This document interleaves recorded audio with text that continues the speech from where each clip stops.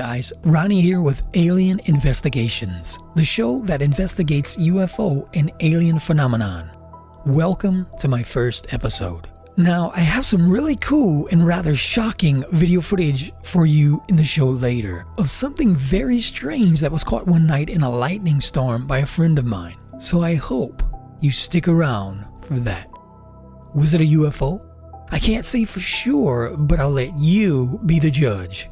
All I can say is, well, you'll just have to wait and see for yourself. You know, there's tons of unexplained mysteries out there, but the ones I'm most fascinated about is UFOs and aliens. And that's why I created this channel. The tons of evidence on past aliens and UFO activity on Earth and in space is overwhelming. Here's a trivia question for you. When was the term UFO invented?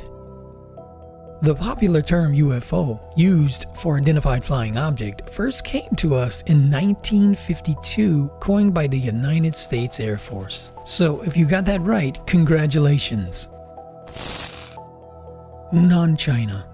One of the oldest reports of UFO cases can be tracked back to 47,000 BC as rock carvings in China's Hunan province, which also, by the way, dates back to the age of the Neanderthals.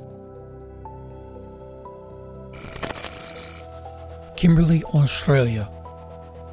Different carvings can be found all over the world, and one of those places is near Kimberley, Australia.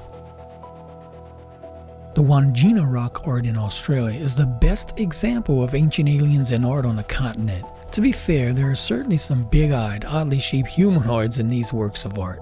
These were important paintings to the Aboriginals, who freshened the paint so often that there were some areas that have dozens of layers of paint. The question is, whether these paintings depict aliens.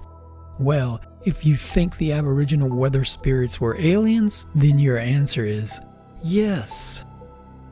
Also, in this particular image where these two tend to look like alien beings looking up at the stars in a meditation type of fashion, their heads also look like the shape of Akhenaten and Nefertiti, the Egyptian pharaohs who ruled from 1367 BC to 1350. As well as their offspring like the eldest daughter, Merton. Sego, Utah. The Sego Canyon petroglyphs in Utah are interesting in that they have art from at least 3 native cultures spanning nearly 8,000 years. Located north of Thompson Springs, Utah is Sego Canyon, also known as Book Cliffs and Thompson Wash. This side trip off of I-70 west of the Utah-Colorado lines provides not only a peek at prehistoric rock art, but also the remains of the old coal town in Sego, a once thriving coal mining camp. About 3.5 miles north of Thompson Springs, on Sego Canyon Road, are the petroglyphs and pictographs left by several different cultures. The Fremont culture thrived from AD 600 to 1250 and was a contemporary with the Anasazi culture of the Four Corners area. There is also rock art from the Archaic period dating from 7000 BC, the Barrier Canyon period from around 2000 BC, and the Ute Triad dating from AD 1300. Though preservation and restoration efforts are continued, unfortunately there is quite a bit of graffiti and damage to the art. Now let me ask you something. What kind of a fool is going to come over here and get off their Xboxes or PlayStations and stop playing Pokemon just to write graffiti all over our prehistoric petroglyphs and pictographs that was created from at least 3 native cultures spanning back nearly 8,000 years? Man, that's just downright ridiculous. Where's your home training, man? And that's my rant for the day.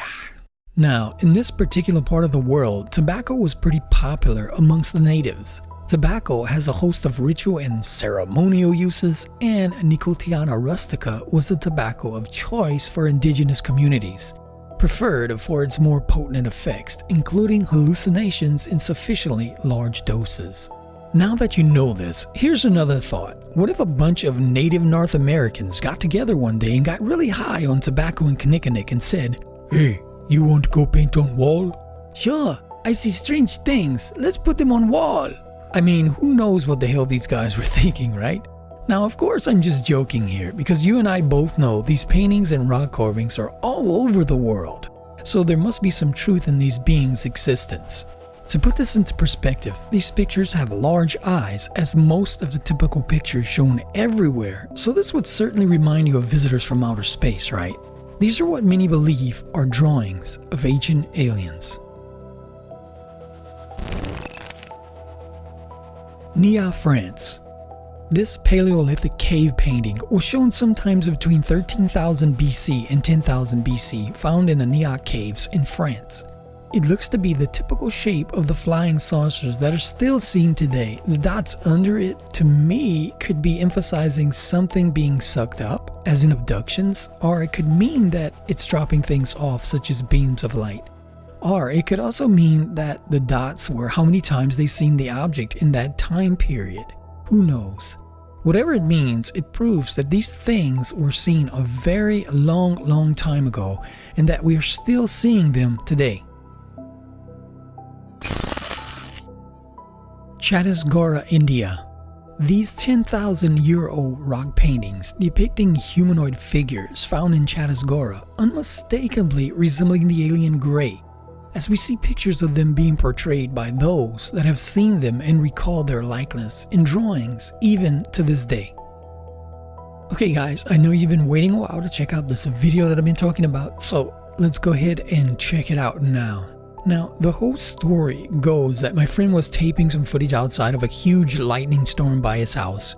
He didn't even know that he caught something until later watching the footage.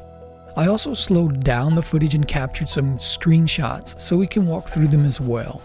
Here's a screenshot of one of the captures I got to show you the general area to look at. So as you can see, this is the object right here that he caught. You can also see that it looks daylight because the lightning was so bright. So the object comes into view here and then it goes in this direction. So let's go ahead and watch it now at regular speed first. Did you see that? At first glance, I have to admit that I thought it could be a bird, but after looking at the footage over and over, there's no indication of any wing movements as I show in the stills and in the slow motion as well. And I've never seen a bird make a complete 180-degree turn like that before. And this thing is super fast. Let's watch it again one more time. Okay, let's watch it slowed down.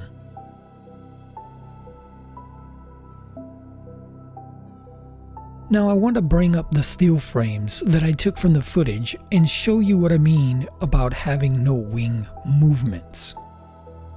So as you can see here in these stills, it goes from here to here with no wing movements whatsoever. This object looks stiff as a board, and look how it shoots from going straight to completely backwards in just a split second. Now, some of you might be thinking, well, it could be a hummingbird, which they can fly backwards and they are very fast, but to me this object is way too big to be a hummingbird, in my opinion. So I don't know what the hell it is. What do you guys think? I'd love to hear your thoughts, so go ahead and leave some comments below on what you think this could possibly be. Whatever it is, it's crazy cool to me. Now if you like what you watched on my channel today, be sure to hit the subscribe button because there is more great stuff to come. In fact, my friend has even more footage like this, strange things that he caught, and I would love to share it with you guys. So again, don't forget to like, share, and subscribe on your way out. And make sure to hit the bell icon so you can be notified when the next video comes out. I'm going to try and put out one a week or maybe a few a week. It just depends on how much time I have. Also, you can find our contact information in the description below where you can send us email about your own personal UFO or alien related sightings that you'd like us to report on. So if you have something, just let us know. Okay guys, that's it for now, and remember to keep looking to the skies and have your phones and cameras ready because you never know when you'll see something strange or unexplainable. I'm Ronnie, and I'll see you soon right back here on Alien Investigations.